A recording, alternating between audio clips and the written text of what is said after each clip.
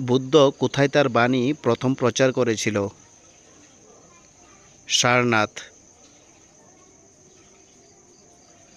প্রধান বৌদ্ধ ধর্মগ্রন্থসমূহ কোন ভাষায় লিখিত?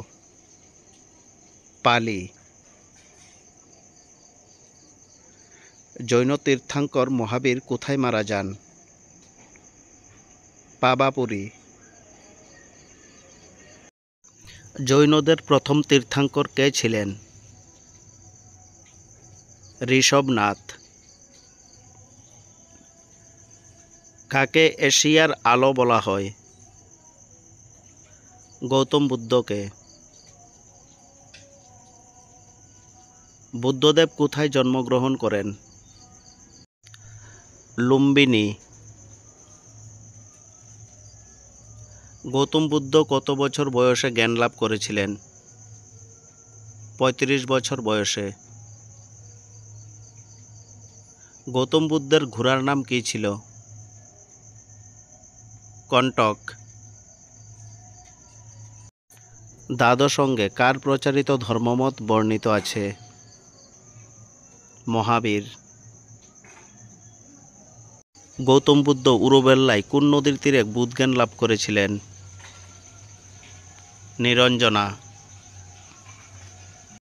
মহাবীর কোন নদীর তীরে সিদ্ধি লাভ করেন? রজ্জুপালিকা। শেষ বা ২৪তম জৈন তীর্থঙ্কর কে ছিলেন? মহাবীর। মহাবীরের প্রথম শিষ্য কে ছিলেন? জামালি। কোন রাজা সর্বপ্রথম বৌদ্ধ ধর্ম গ্রহণ করেছিলেন? বিম্বিসার। তৃতীয় বৌদ্ধ সম্মেলন কোথায় হয়েছিল? পাটলিপুত্রে। প্রথম বৌদ্ধ মহাসম্মেলনের অধ্যক্ষ কে ছিলেন? মহাকাশ্যপ। জৈন তীর্থঙ্কর বর্ধমান মহাবীরের স্ত্রীর নাম কী ছিল? যশোদা। বৌদ্ধের ৫টি নৈতিক উপদেশ কী নামে পরিচিত? পঞ্চশীল।